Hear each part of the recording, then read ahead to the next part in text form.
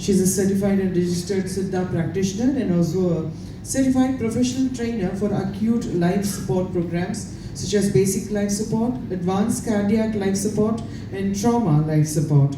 Dr. Kiran has successfully coordinated numerous mass blood donation drives, first aid, CPR training for the public, as well as multiple humanitarian medical aid to flood victims in the country in the past. Dr. Kiran has the knowledge, the practical skills, and competency in both allopathy as well as traditional medicine that enables her to integrate and complement both fields in a safe and effective manner. She also uses a combination of non-invasive methods to provide holistic healing that has produced remarkable results for many of our patients. May I kindly now invite Dr. Kiran Jayaraman for her talk on Innovative Siddha Modern Solutions for Wellness and Sleep Disorders.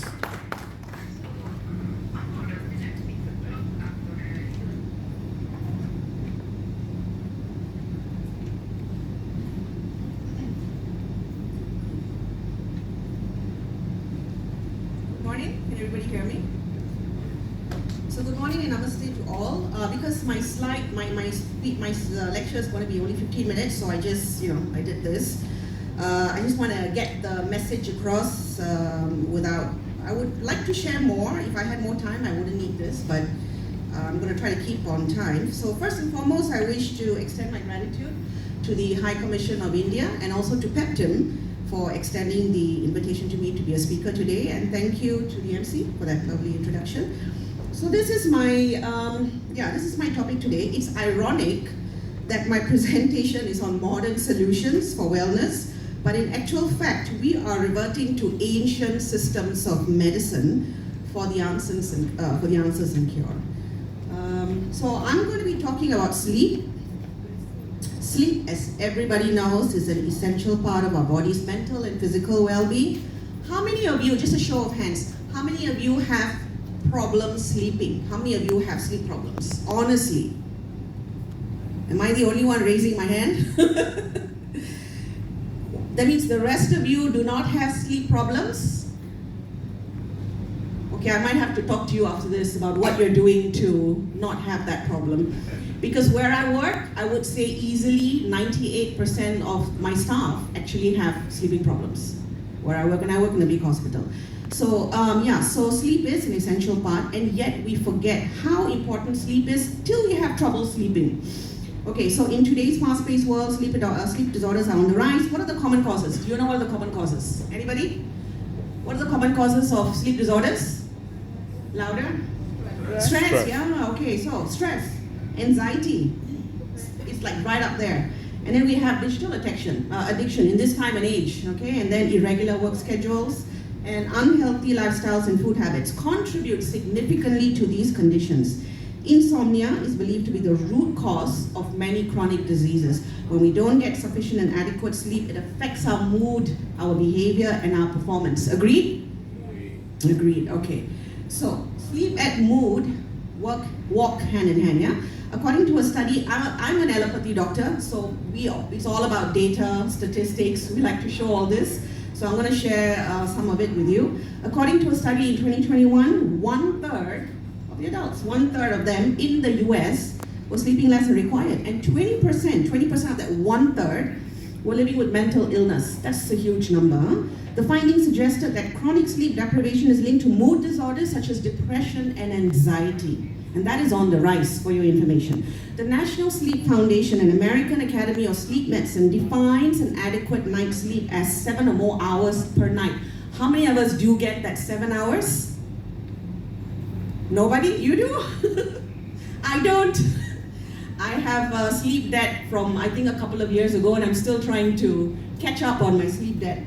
So anything less than 7 hours may lead to the development of chronic diseases. Studies done in Japan and other countries have concluded it's not the quantity, it's not the 7 hours, but the quality of sleep that matters. So you can sleep for 3 hours, but you can go into a deep sleep and get up fresh, or you can sleep for 9 hours, you get up and you're still sleepy. So it's actually the quality, yeah? Okay, so this is another slide, very interesting slide. You can see up here, up here, people living in New Zealand and Netherlands were sleeping slightly more than 8 hours per night, according to this study that was published in the Journal of Science Advances. However, people living down here, can you see this? Japan and Singapore, right down here, were actually sleeping half an hour lesser than 8 hours. It might not seem much, but the study shows that even half an hour of less sleep has a detrimental effect on your health in the long run. So it is a big deal, yeah? Okay, so there you go. Healing process starts when one sleeps well, and this is how everybody should be sleeping, like a baby, but we don't, as we grow older. I just want to take you through this about the phases in sleep. So when you sleep, you go through the non-REM, which is the rapid eye movement, and the REM stages of sleep. The non-REM is made up of 3 stages. So stage 1 transitions from being awake to falling asleep. It's very short, lasts for about 1 to 7 minutes. And then you've got stage 2 here, where the body enters a more relaxed state. There's a drop in your body temperature, your breathing starts to come down, your respiration, your heart rate starts to come down, your muscles start getting relaxed. And then you've got stage 3 here of the REM, is also known as deep sleep. This is believed to be the most critical stage of sleep for regenerating the body and brain. As you age, however, this stage reduces. Non-REM sleep is very important for tissue repair, for bone and muscle building, and immune system strengthening. And then you have the REM phase. Why is it called REM? Because when you sleep, if you open the person's eyelid, the eyes would be rapidly moving. Okay, and then the brain, this is the stage where the brain is active, and this is when you usually have dreams. Muscles are typically linked to prevent you from acting out your dreams, and the REM phase is very important for learning, memory, concentration, and mood regulation. So when you sleep, you go through all these stages repeatedly, one cycle lasting for about 90 minutes. Which is more important? Neither is, but you need a balance of 25% REM and 25% of non-REM in order for you to maintain your health. Okay, so I'm not going to do this because the previous speakers have actually done this. I just want to say to those who are not very well versed, it's an ancient traditional system that's gaining renewed interest and attention in addressing modern wellness and health in general. Originated Tamil Nadu, and we all know who he is. He's the father of Siddha medicine. Anybody knows when he was born, according to the manuscript? No? Interestingly, on Valentine's Day, 14th of February, 7,600 BCE. Wow, I mean, yeah, so he said to be the first Siddha, and I'm not going to go into this, but by integrating ancient wisdom with modern science-based practices, Siddha medicine, along with other modalities of traditional medicine, provides promising solutions to today's health challenges. And then the previous speakers have talked about the 3 doshas. I just want to say that doshas are believed to be responsible for a person's physiological, mental, and emotional health. Imbalances will result in health disturbances. So Siddha practitioners diagnose and treat conditions by addressing the root cause rather than just merely alleviating the symptoms. So I'm going to talk more on Varmam. Varmam is one of the mainstreams or branches in Siddha medicine. It is the seat of life or source of life. It's the art of vital points. The word Varmam means that which is hidden. Varmam has 2 categories. One is called this, Varmakale, that deals with self-defense. And I think I see my teacher sitting behind there somewhere. My husband and I actually learned this. We were very intrigued with this because, if you know, this is Kamalasan, right? If you watch Indian 1 and 2, you will learn all about how you can just, you don't have to do this, you know, anybody just comes near and it's just one knock and you can literally incapacitate that person, even kill. So we were so intrigued, we wanted to learn not to kill anybody, but just as self-defense for me especially. And my master's there somewhere, and we actually learned it for about 8 months. I just want to share something. We actually thought it was no big deal, you know, what are we learning? Not really. But one day I was just playing around with the points, and then I was hitting my husband a few times on his right shoulder, playfully. And then after about a few minutes, he says, something is wrong with my arm, I can't lift it, it's a bit weak. So we got a bit worried, you know, me being an allopathy doctor, is he having a stroke? Do I need to take him to the hospital? But then I realized I was playing around with his points.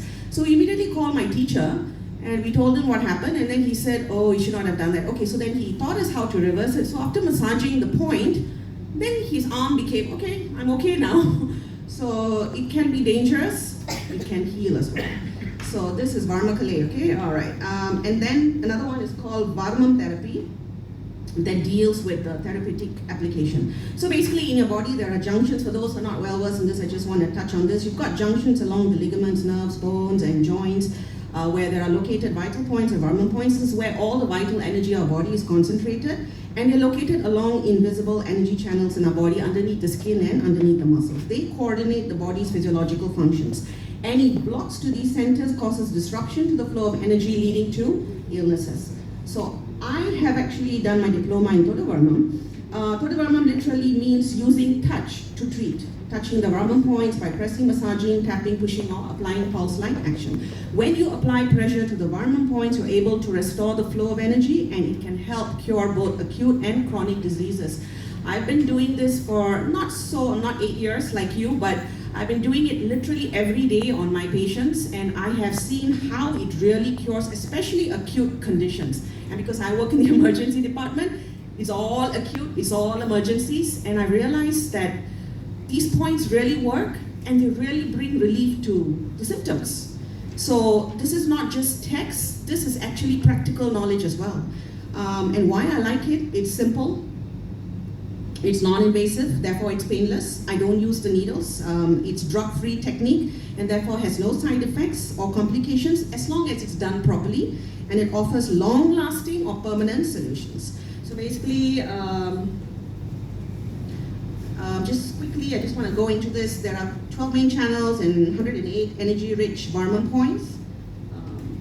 All these points along these channels, so any disturbances will lead to diseases. The physical manipulation technique alone, according to studies, can offer 60 to 70% clinical improvement and is considered a best complementary therapy for many conditions.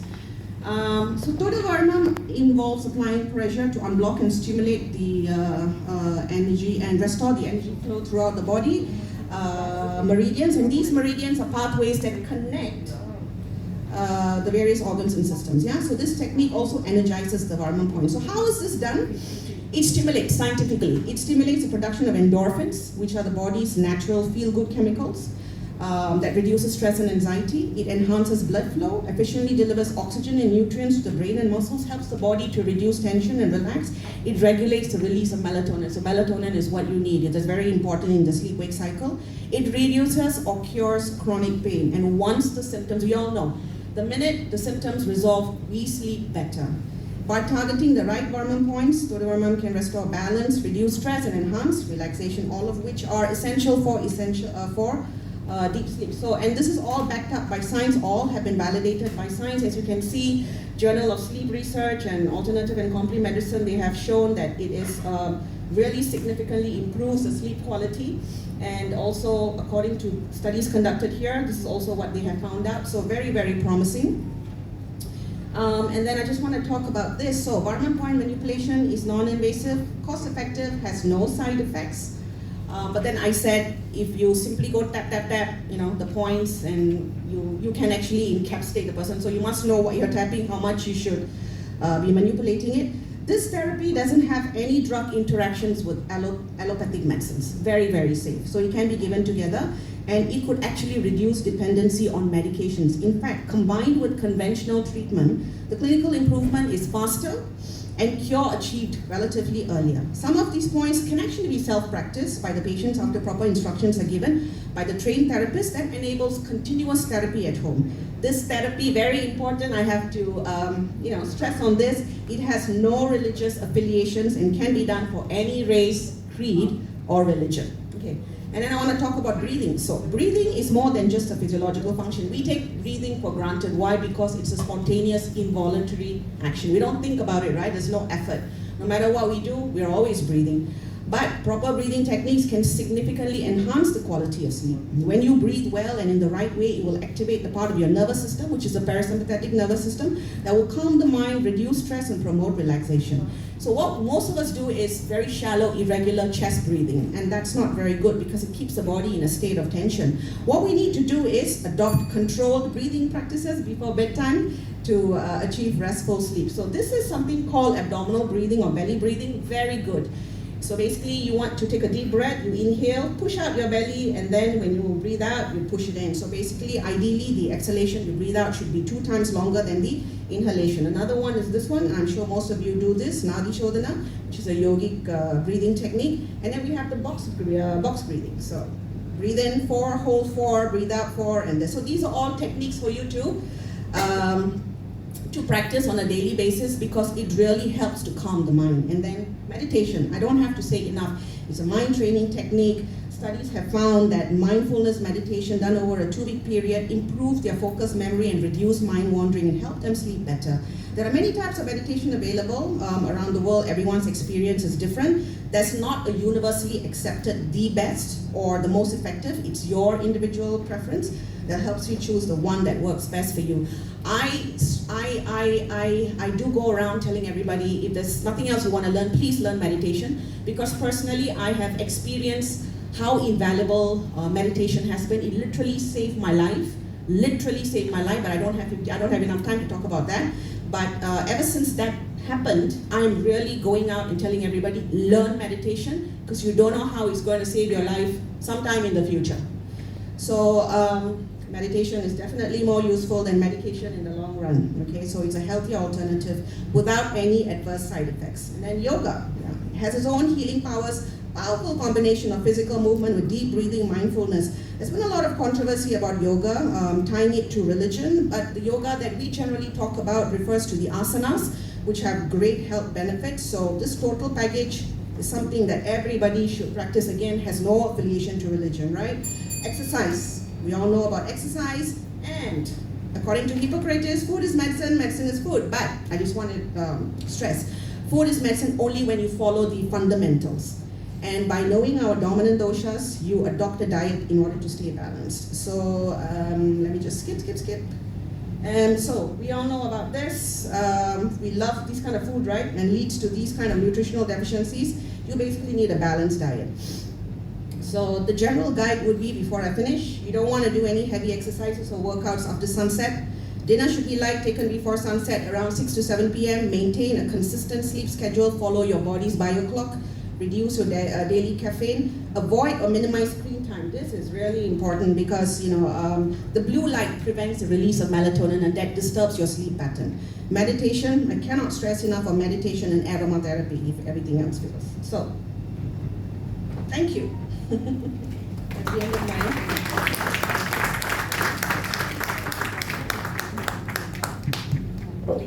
Thank you very much, Dr. Kiran for this much needed talk on wellness and sleep disorders. Should we say the need of the hour, I guess, for everyone present.